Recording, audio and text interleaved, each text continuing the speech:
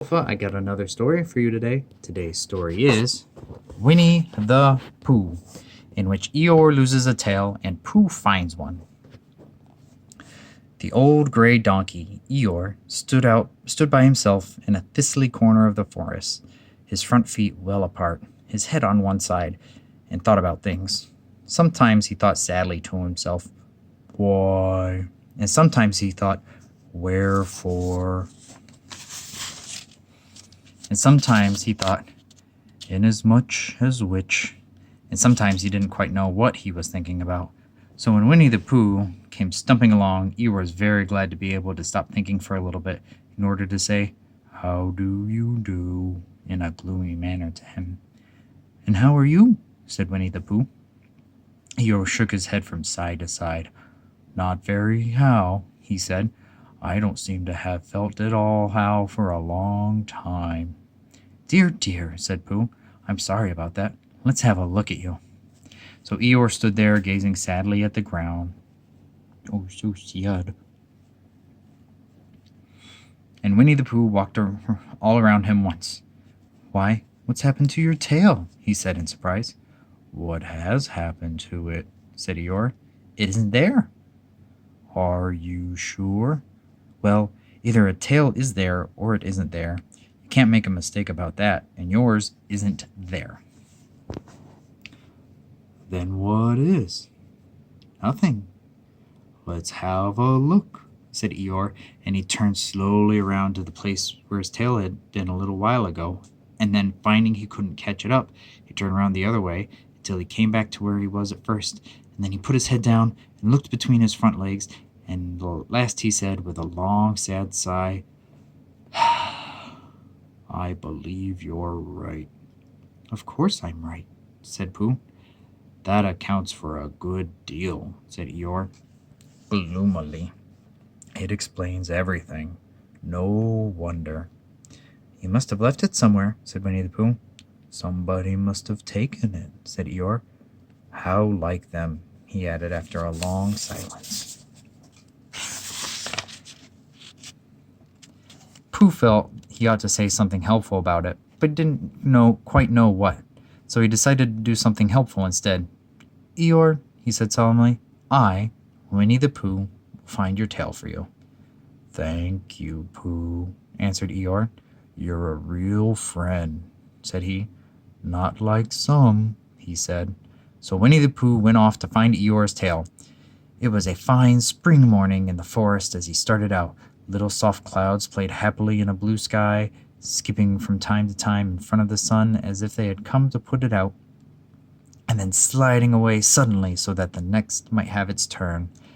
Through them and between them the sun shone bravely, and a copse which had worn its furs all year round seemed old and dowdy now beside the new green lace which the beeches had put on so prettily.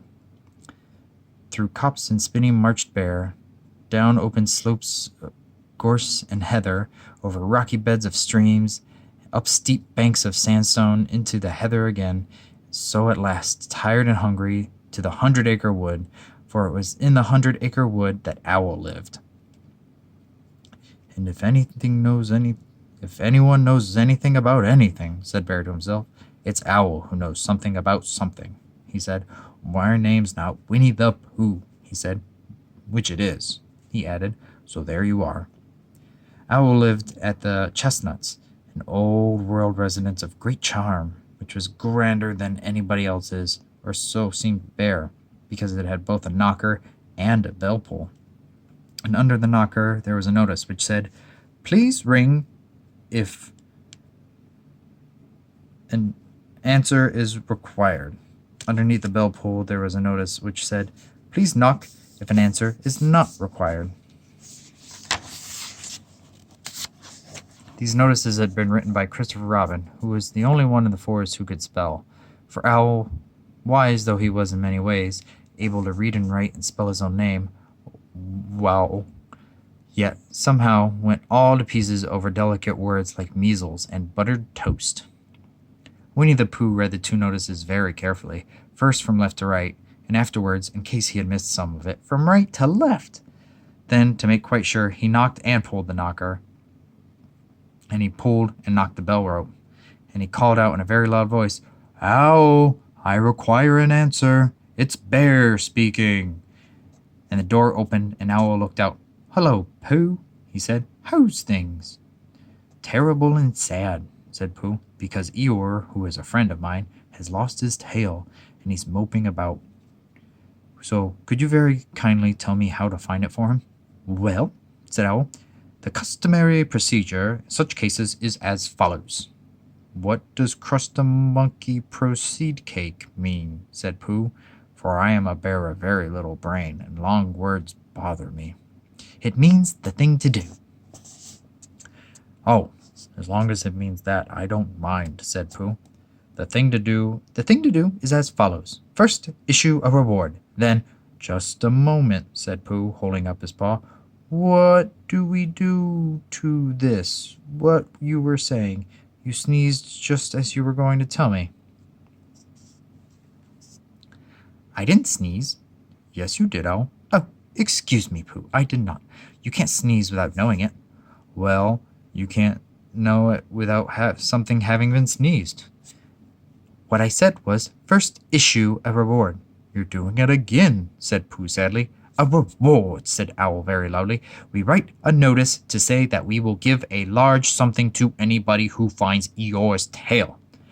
I see," said Pooh, nodding his head. "Talking about large somethings." And he went on dreamily. "I generally have a small something about this time in the morning." And he looked wistfully in the cupboard in the corner of Owl's parlor. "Just a mouthful of condensed milk or whatnot, with perhaps a lick of honey." "Oh, well then," said Owl, "we write out this notice, and we'll put it up all over the forest." "A lick of honey?" murmured Bear to himself. "Or not, as the case may be." And he gave a deep sigh, and he tried very hard to listen to what Owl was saying. But Owl went on and on, using longer and longer words, until at last he came back to where he started, and he explained that the person to write out this notice was Christopher Robin. It was he who wrote the ones for you on my front door for me. Did you see them, Pooh?" For some time now Pooh had been saying yes and no in turn, with his eyes shut, to all that Owl was saying. And having said yes last time, he said no, not at all, now without really knowing what Owl was talking about. "Didn't you see them?" said Owl, a little surprised. "Come, look at them." So they went outside, and Pooh looked at the knocker and the notice below it, and he looked at the bell rope and the notice below it. And the more he looked at the bell rope, the more he felt like he had seen something like it somewhere else, sometime before. "Handsome bell rope, isn't it?" said Owl. Pooh nodded. "It reminds me of something," he said, "but I can't think of what. Where did you get it?" "I just came across it in the forest. It was hanging over a bush, and I thought at first somebody lived there, so I rang it, and nothing happened, and then I rang it again very loudly, and it came off in my hand, and nobody seemed to want it, so I took it home, and—"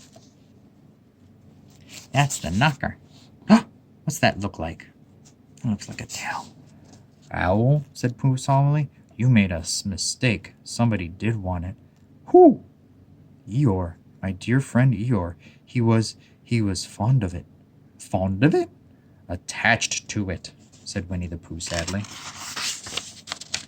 So with these words, he unhooked it and carried it back to Eeyore, and when Christopher Robin had nailed it on its right place again, Eeyore frisked about the forest, waving his tail happily, so that Winnie-Pooh came over all funny and had to hurry home for a little snack of something to sustain him.